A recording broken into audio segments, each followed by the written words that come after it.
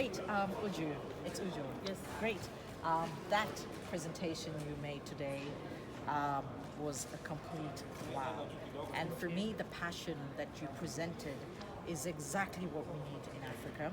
I'm not trying to say it from a feminist perspective, but that woman power. You know, when we say that you need to roar, you roared. You know, you got it out there, and I'm going to put it out there because I want people to really hear, you know, your passion for this. So congratulations on that. Thank you. Also with what TOFA is doing, I think that is a fantastic approach. I have seen people trying to do this because at the end of the day, what is it that we came up as Africa, wasn't it? It was all about barter trade. I give you this, you give me this in return. And nobody has looked at in that space until you came in. And I mean, I was wowed to see that starting with, was it 200, moving to 3 million, and now talking about $1 million. Where do you see the opportunity for Africa now with the Continental Free Trade Agreement coming into place? Also seeing with the common currency that West Africa is talking about. Where do you see the opportunity, whether it's from a blockchain perspective or, you know, monetary exchanges, to be able to say that, yes, with what TOFA is doing, how can we unite Africa and make it easier to trade? I think, like I always say, keep it very simple. And that's what we've done at TOFA, to keep it seriously very simple. You know, trade brings everybody together because Africans like exchanges. If you remember in the olden days, it's trade that made people move from wherever they were to go to another place to explore. Trade. People weren't understanding themselves, but they could trade because of barter. You know, and I think the way to bring Africa together is through trade. If we are all open with this Africa that we now have, if we find a way, especially because what I also see in Africa is that we're becoming the complainants. We're always complaining. We're not willing to take the bull by the horn. And I'm talking now to private individuals, entrepreneurs. We are the ones to drive this free trade. Absolutely. I don't know what the government buys. What do they buy? We are the ones that do the trade. So they've given us the enablement. As far as I'm concerned, let us find a way to make it work. I love what you say there, because this is one thing that we need to understand as Africa, is that government's role is only to be an enabler. The doer is us. We're the ones with the dreams, we're the ones with the aspiration, and we're the ones that have to bend down to lift people up. And what I loved about what you said earlier in the presentation was, how can we collaborate? You know, because collaboration is key to ensure that I lift you, you lift somebody else, and in the process, the whole ecosystem, you know, has been lifted.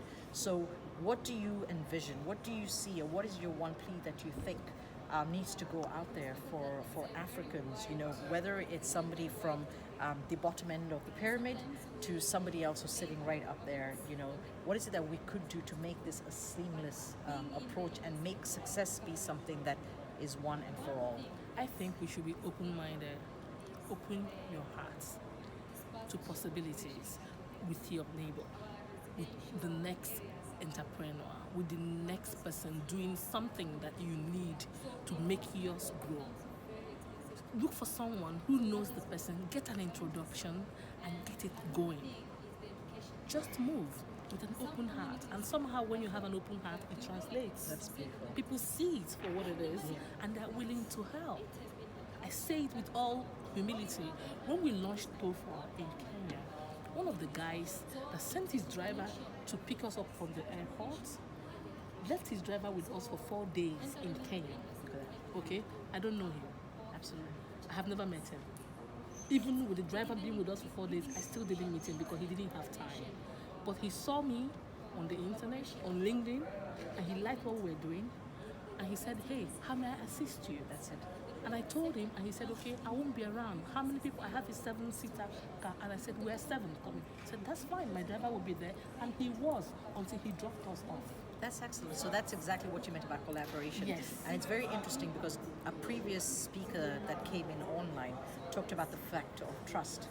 You know, so this is an important thing because trust and collaboration have to work They hand have in to hand. work. And as an If we Africa, don't I trust, think we we can't fail collaborate. because of that mentality where we don't trust another. Exactly. We always want to understand that how did somebody else grow faster than I did? What did they do right?